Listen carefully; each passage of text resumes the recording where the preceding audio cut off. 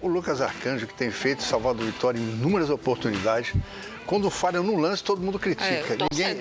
O goleiro só tem presente. O goleiro não tem passado, só tem presente, né? Impressionante. Agora, com relação a vocês estavam falando aí, para o negócio da base, eu participei de algumas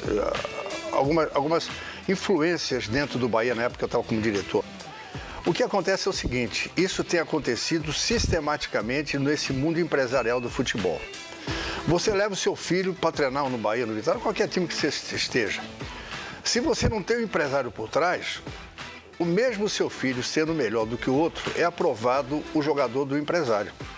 Isso tem acontecido, não é aqui na Bahia não, é acontecido no Brasil todo, que fica ali, né, que nem urubu na carniça, para ver um jogador já com potencial e chamar o pai já para assinar uma procuração.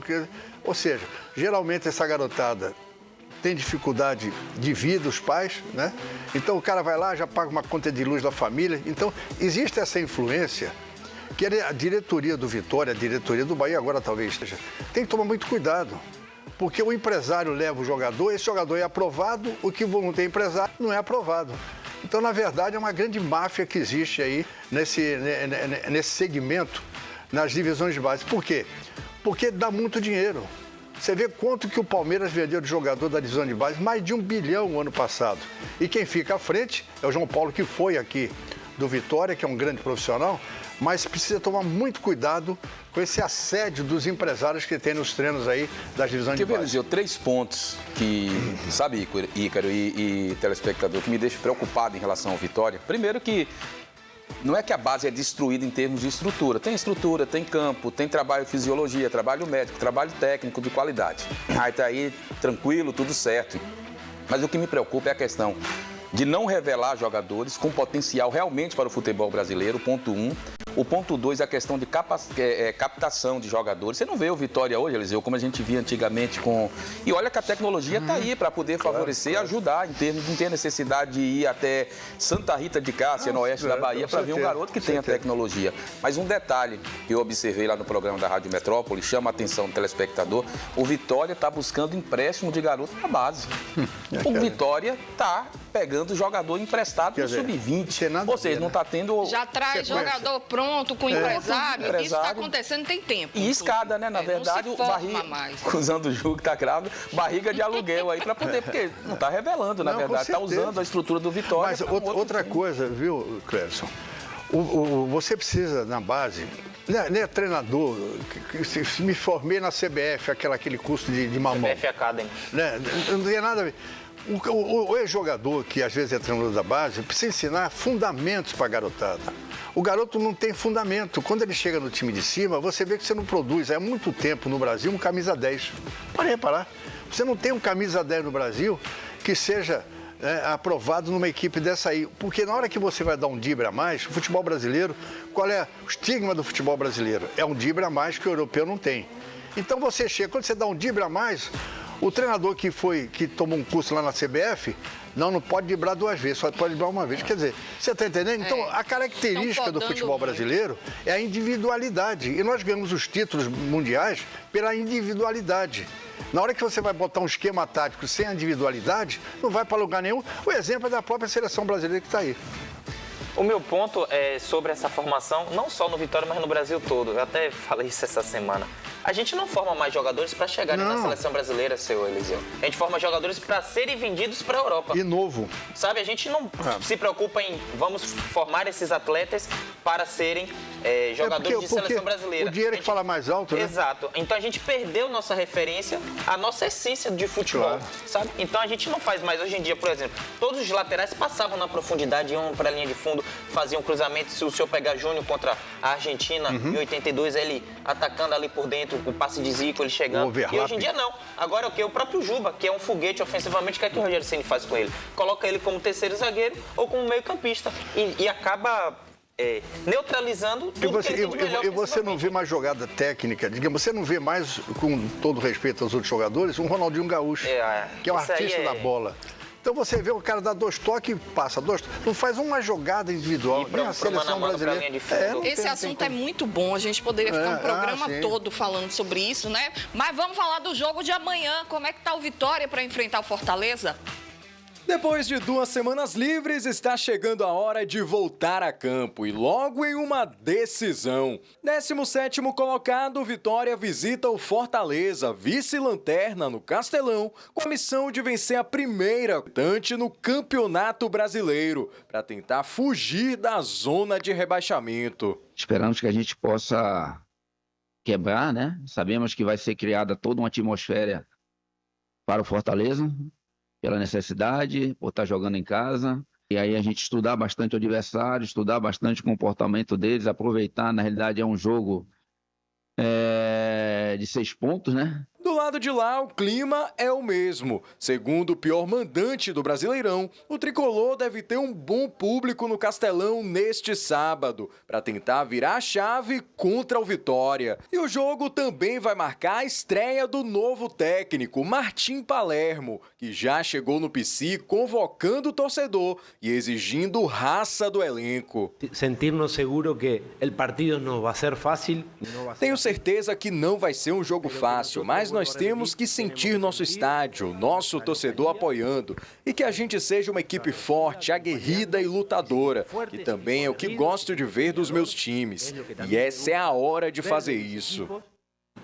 E esse é o momento para poder fazê-lo. E o retrospecto recente do confronto pesa a favor do Vitória. Nos últimos 3 jogos foram 3 vitórias rubro-negras. E o torcedor está confiante de que o jogo deste sábado pode marcar o início de uma reação. O Vitória vai dar 2-0 lá. Não, o Fortaleza é nosso freguês. A gente bate aqui, bate lá em Fortaleza. Vamos concretizar essa virada de chave. Vai ser 1-0 Vitória lá. Goleada, 1-0.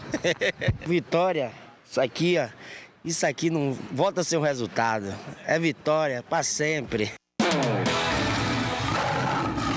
Que bom ver o torcedor confiante, né? Voltando a acreditar no time. A gente sabe da dificuldade, mesmo o Fortaleza não estando no seu melhor momento. Pelo contrário, é uma equipe que passa aí por uma fase muito ruim. Tem a estreia do Palermo no comando técnico, né? Isso pode dar alguma motivada. Mas o Vitória precisa aproveitar esse tempo que teve. O Rodrigo pode fazer alguma mudança com os retornos, né? De lesão. Eu estava lendo hoje algumas informações da Fortaleza. E o torcedor se apega muito no seguinte, o elenco, e Eliseu falava agora há pouco do elenco do Bahia, o elenco do Fortaleza. Fortaleza tem 40 jogadores no elenco, então tem a possibilidade do técnico novo até de buscar alternativas ali e mostrar um Fortaleza diferente. Espero que não seja desse jogo ainda, que o Fortaleza seja o mesmo, que venha tropeçando aí dentro da competição. Ju, Marilândia, nome bonito retado, Marilândia, minha psicóloga querida, tá te mandando um abraço. Beijo, Mari, melhor. Marilândia, um grande abraço, esposa do meu amigo Alisson. Mas é isso, em relação ao Fortaleza, estão assim muito presos e seguros nessa questão de a chamada virada de chave lá também no Ceará. Essa reta final agora do Campeonato Brasileiro, meia final ainda tem muitos jogos pela frente, né? O Vitória, para que o torcedor entenda um pouco, não conseguiu ganhar uma partida fora de casa. Nós já estamos no segundo turno do Campeonato Brasileiro. É um time que não se posiciona muito bem quando joga fora de casa. Inclusive, eu gostei de uma partida que o Vitória fez contra o Mirassol. Sim. Mirassol, que hoje é uma das grandes atrações do Campeonato Brasileiro. Time forte. Vitória teve bem naquela partida. Poderia até ter vencido, meteu 3 bolas na trave. Podia ter vencido, exatamente. Então, o Vitória precisa começar a se posicionar, porque o campeonato vai afunilando. E o que acontece? Você vai começar a pegar times que estão disputando o título, times que não querem cair e aqueles times do meio da tabela tentando uma Libertadores, uma Sul-Americana. Então, todo jogo é importante para todo mundo. Não tem aquela coisa, eu vou pegar fulano, não. Ele está ali em cima de alguma coisa. Ou de uma Sul-Americana, ou de uma Libertadores, ou para não cair. Então, todo jogo tem sua importância. E o retrospecto do Vitória é terrível no Campeonato Brasileiro. Um time que só ganhou 5 pontos jogando fora de casa. É muito pouco, né? O meu ponto aqui tem uns dados interessantes aqui que meu amigo Thiago Luiz... E você tem uma análise também, Tem também. Meu amigo Thiago Luiz mandou aqui. O Fortaleza tem 85% de chance de rebaixamento. Nos últimos jogos, venceu apenas um único jogo. E no campeonato, no geral, venceu 3 jogos, empatou 6 e perdeu 12. Ou seja, o Fortaleza é o segundo pior mandante da competição. O Vitória, mais do que nunca, novamente tem que fazer a obrigação. Porque até se você pegar os últimos 3 jogos entre Vitória e Fortaleza, o Vitória venceu os 3. E venceu também ano passado na Copa do Nordeste. Então agora o Vitória teve 2 semanas de preparação, venceu o último jogo. Então assim, vai ter o retorno de Dudu. Ou seja, o trabalho de Rodrigo Chagas precisa também dar uma resposta ao torcedor. Fora de casa, o Vitória tem totais condições de vencer o jogo amanhã e vencer jogando bem. Porque começar a respirar, né? Jogo de 6 pontos. E o Vitória precisa entrar mais do que nunca nessa de ganhar os seus concorrentes, como foi ano passado também no segundo turno. Vamos fazer análise aqui do lance que você separou. Rafa voltou das férias, viu? Oh, graças a Deus. Opa, que isso? E Léo? Não, nada contra você, viu, Léo? Mas assim, é uma forma de um ataque que o Vitória utilizou já na gestão Rodrigo Chagas diante do Atlético Mineiro. Um Vitória muito direto e vertical. Com poucos toques, o Vitória já chegava. Nesse aí, Eric tá pedindo a bola, Oswaldo toca pra ele e Oswaldo vai fazer o movimento e vai pedir também na frente. Só que aí já tem a famosa chapada, fez um golaço. Clássica Esse foi no minuto 6, né? Minuto 24, mesmo jogada lateral, Ramon, dessa vez pra Kaiser. Kaiser acaba sendo interceptado, consegue conduzir, mas aí o William Oliveira finaliza. Outro ponto, minuto 27, o Vitória foi uma equipe muito vertical direta. Bola no pé de Eric, passe longo nas costas da profundidade e aí Renato Kaiser. Renato Kaiser às vezes dá uma sorte, né, no barradão, nesse lance do zagueiro rebater, ele vai... E também a perspicácia do Exato, Faro de acreditar até o fim, de né? acreditar na jogada. Outro ponto, o Vitória marcando alto. Olha lá, 6 jogadores do Vitória no campo do Atlético Mineiro.